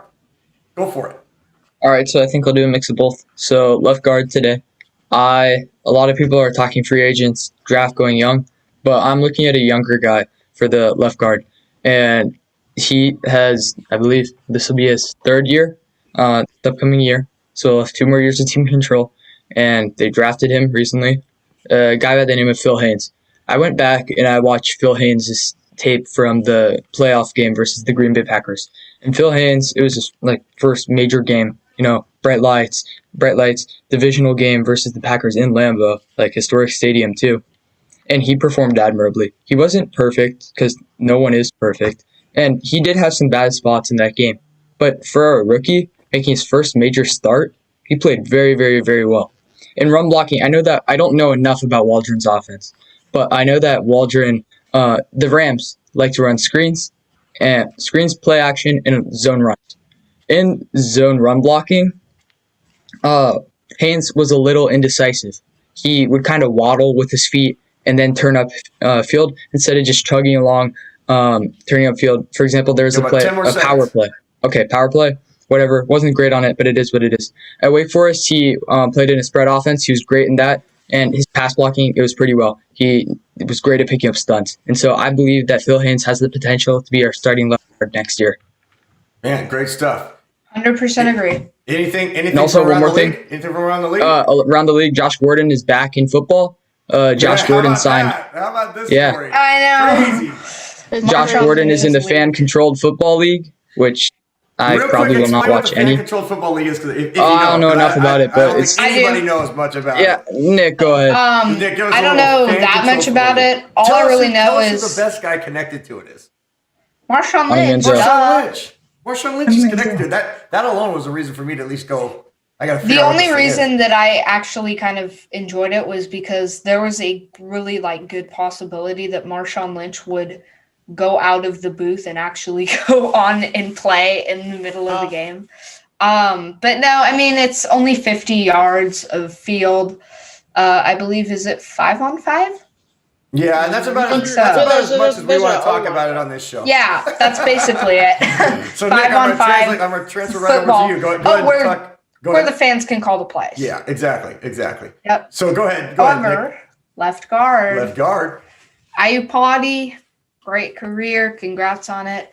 No, he didn't win a Super Bowl. Oh, well. Got to a couple Super Bowls. And there's actually left guard classes. They got some studs in there. I don't think we'll go for a big name guy because I'd rather spend big money on a center rather than a guard. But there are some good guys. We got Jared Sweezy. He's a veteran. I wouldn't really lean towards it. Obviously, I do like Phil Haynes. I'm not 100% sure he'll be healthy. Nick, do you think Russ wants say in the left guard? An honest question. Like, do you think that is? I do. When he's saying he wants input, and he's saying personnel input, is he thinking like, I want to have say in the left guard who we were going to bring in or draft or what have you? I think, yeah, I do. Because at the end of the day, those are the guys blocking for him. Obviously, J.R. Sweezy, he's played with Russ most of his career, played with the Hawks. I wouldn't mind him back. I don't see him as a really 100% well option. He was back, a couple years ago. Didn't necessarily pan out that well. Another guy I brought up last show, Austin Blythe from the Rams. I mean, I wouldn't mind it. A run blocking guy. He's pretty solid at pass blocking. I believe he played center last year for them, but he can play guard. I wouldn't mind him. John Feliciano, I really like. He's a veteran from Buffalo. Got his shot after playing pretty well with the Raiders. He's a good pass blocker, and he's a big guy that can definitely run you over, run blocking wise. Other than that, that's kind of it from the That's a pretty good rundown. Jeez, you could do a whole obviously episode. We could talk about Joe Thuney, Brandon. There's a ton of them out there. But those guys are like that's what I wanted to hear. 14 mil guys that I don't see them coming. Sounds like you're confident that we're gonna land somebody quality there. Oh yeah, no doubt. Great, Rain. And even if we go again through the draft, I wouldn't mind. All right, yeah, fair enough. Yeah. So Rain, what do you think? Anything on this left guard situation or anything around the NFL that's just top of mind? Yeah. So I actually saw a couple hours ago, before the second show started, a trainer posted a video of Drew Brees working out. Brees is coming back. At this point, as much as I hate to say it, I kind of love Drew Brees over at Russell Wilson. Drew Brees is such a great quarterback. He's gotten cheated in the playoffs multiple times, but hopefully he can come back and win a ring. Please win a ring. But that it would be awesome for him to win a ring. Considering he's gotten played so many times. Yeah. Well, Rain, I forgot to tell you, Russell never hung up. He decided to stay on the call and just keep listening to the show. And he just heard he's crying right now, man. He just heard you say he thought you were like oh, Sierra just hung Russell up on Wilson, me. And now it's like, well, but I like Drew Brees a little bit better, which I would have to say, man, Drew, how do you not care for Drew Brees, right? I mean, another good dude. Great dude. All right. Yeah. One more. Yeah, for sure. So Larry Fitzgerald was also training as well. So he already announced his retirement, though. Yeah. Without a doubt, one of my top 5 favorite athletes of all time in the NFL. Yeah. That Another dude, great. Hasn't even won a ring. Hasn't even won a ring. He is. Oh yeah. He's who I wish everybody was like. BJ. Disagree with me. If you want. Hold on, BJ. Let me go disagree with Nick for a second. I think Brees is coming back. Yeah. I don't think. I think he's coming back too. I think he's coming back too. But this will hopefully. But I'm gonna go to BJ. We'll have a debate on that like tomorrow at noon Eastern, 9, 8, 7 in Central, whatever they used to say on TV. BJ, anything on the left guard situation or around the NFL, or hey, you know what? I just want to go eat my food. At left guard, I think we're gonna try and get someone efficient. Maybe draft a bunch of offensive linemen. I do think we're gonna at least draft one, maybe early in the draft. I think we just really gotta, just for the Seahawks, we just gotta get really clean around the edges, and I like that phrase. Let's get clean around the edges. I like it. Yeah. I think we should, get a good fullback. Maybe, really not go after another running back, because I think Petty might, be a star because Brian Schottenheimer, he was like not even running outside zone runs with Penny and with Carson, in which Carson, he's a guy who runs straight up the middle, gets a good 5, 6, or 7 yards. Penny, he's not that guy. He's a fast guy that goes around the edge and can get some of these big time plays. And I think that Shane Waldron is going to actually do that. And, he's going to open up the short pass game really easily for us. I think he's going to, teach Russ some things that he hasn't been taught. Yeah, agreed there too. Good point. Yeah. Good stuff. And I don't really have anything else. Hey, that's great. Hey, guys, you don't feel like you have to keep on going. Like you just say your thing. That's good. Now, there is some not high breaking news, but Sky High Aviation has just announced that there is a controlled fan football game going on right now. But don't leave the channel yet. We're almost about to wrap up. So don't go leaving to watch that yet, including my guests here. So with that, guys, I mean, fantastic job. I mean, we got Jonah and BJ come on for the first time. They have some hard takes. Great job, guys. Man, Jonah, your personality, I love it, man. Just like straight to the point, getting after it. BJ, Mr. Soft-spoken guy, like the guy who looks like he's going to play wide receiver and he ends up playing, inside linebacker and blitzes and crushes you a few times. You don't see it coming. Man, this is awesome. I love it. So with that, just to wrap up, let's briefly go around the horn. Just say what you got going, the channels, the thank yous, those type of things. Rain, go ahead and kick us off real quick. Just a nice brief thing. We'll end the show here. Thank you guys for coming out. I know a lot of my family came out as well this time. Thank you guys so much. And subscribe to these guys right here. Let's get Coach to 100 subscribers. Come on. We got to do it. He deserves it. We got Seattle Sports Talk. I'm pretty sure he's posting a video soon, he said. Maybe soon. Maybe. Okay. Well, I will, but it depends. All right. Yep. Jonah, great job today. So along with BJ, and the Discord, we launched a coach's crew. So it's a level achievement type thing. So that's really good. We got trial mod things coming out soon. So if you want to trial for moderation and moderating Discord and maybe YouTube, that's the spot for you. So yeah. Man, great job, Dylan. I'm just so proud of you. And I know I called you by your first name at the start of the show, and that's why I'm calling you by your first name at the end of the show, because I'm just talking about you, the person, not you, the character, because we all brand ourselves with different things, right? But just super proud of you, Dylan, of just all the hard work you put into this from the get-go and the Discord, and your great creative ideas, and that you also take feedback and you don't take it personal. You're like, okay, like I'll learn and I'll get, just like I try to take feedback from you guys. So it's just so fun to work with you, man. Nick Labow, tell us what's going on there. As I like to say, Nick, I am the Labow. What's happening? First off, I want to shout out Coach Marsh. Thank you so much for hosting a second straight incredible show. Like, man, that's hard to do. We did it. Yeah, thanks for all the work. The people in the chat, they don't see all the hard work we put. It's hard just hosting the show on the day, but what you guys don't see is everything that goes down in the Zoom. Like 5 hours before, Coach Marsh and I were on a Zoom call for like an hour just testing one thing, and that was the audio. And then all throughout the week, the one-on-ones, the group meetings, just discussing stuff. Like Dylan said, join the Discord. Jonah, BJ, phenomenal show, especially for your first time. It was amazing. Mm-hmm. You were blowing me away with your awesome takes. You were crushing me with some takes. Shout out to everyone in the chat who came out. Shout out to Cameron Hughes, the Seahawks Network. He could sadly not make it tonight, but I think he's like 20 away from 1K, so that is incredible. Yeah. Phenomenal. Thank you, Aline and Sky High, for your good moderation skills in the chat, making sure no one invades this chat with negativity. Thanks to Norb, Squabo, Steezy, Abker, Martin, your guys' support, and tech help. And have a good night, guys. Yeah, and it's hard. Go Hawks. Yeah. Oh, I'm sorry. I do the Go Hawks. There we go. One more time.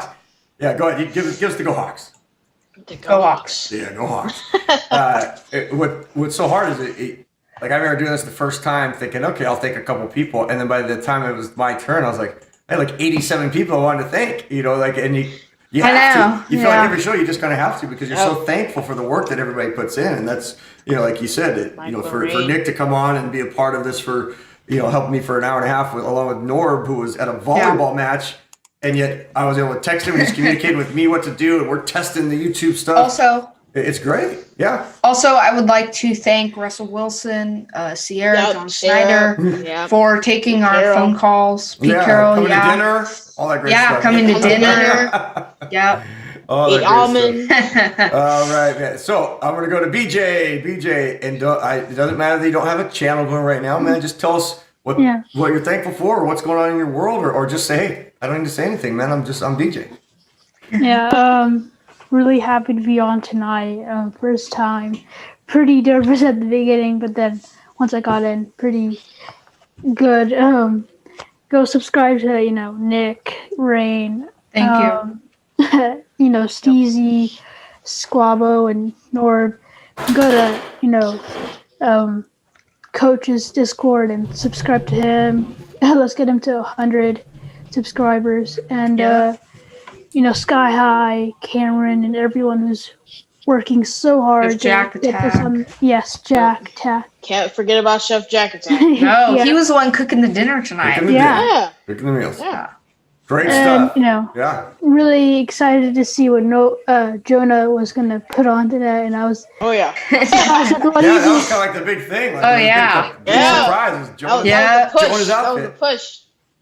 Yeah. And I'm stunned. It's probably good that we didn't have Chef Jack Attack on this one show. That nobody brought up what was behind his right shoulder up in the pennant area with New York yeah. and Houston. Oh, But you we'll already talk know about Chef that. Jack Attack We'll was get to push. that topic on another show because it's kind of an inside joke on these guys because Chef Jack Attack and Jonah as New York and Texas, guys had a fun little battle with each other. And I was like, all right, I'm glad I got these dudes on the show because this is going to be good. But there's a reason I didn't put them on the show together on the very first time of the show. We'll let that kind of warm itself up. But we will definitely be mixing things up and everything else. So, Jonah, we come to you. All right. Tell us what's happening, what's going on. Anybody you want to thank? Okay. So first of all, I'd just like to say thank you, Coach Marsh, for approaching me and giving me this opportunity. Even if I know I'm here, but this is a once in a lifetime opportunity for me. Always wanted to do this. So thank you for that, first and foremost. Second of all, Nick, Rain, BJ, awesome job on the show today. You too. First crew, you guys did well. Yeah. Awesome as well. And Cameron Hughes, sorry you couldn't make it today, but I'd love to see you on the show later, man.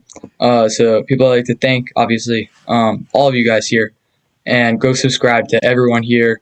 Coach for life to 100 subscribers, 100K by next year, I believe. But we can never pass Norbcam. He always has to have 5 times more than us. Yeah. And so go sub to Norb, Steezy, Squabo, Abger, all those. By the way, Squabo just before the show posted a great video about the Seahawks. Anyway, and then I'd like to thank my parents. Hi, Mom. Thanks just for watching. My grandparents appreciate it. Hold on. Timeout. I'm taking it. Like when Russ has like a second left, and he quickly calls a timeout.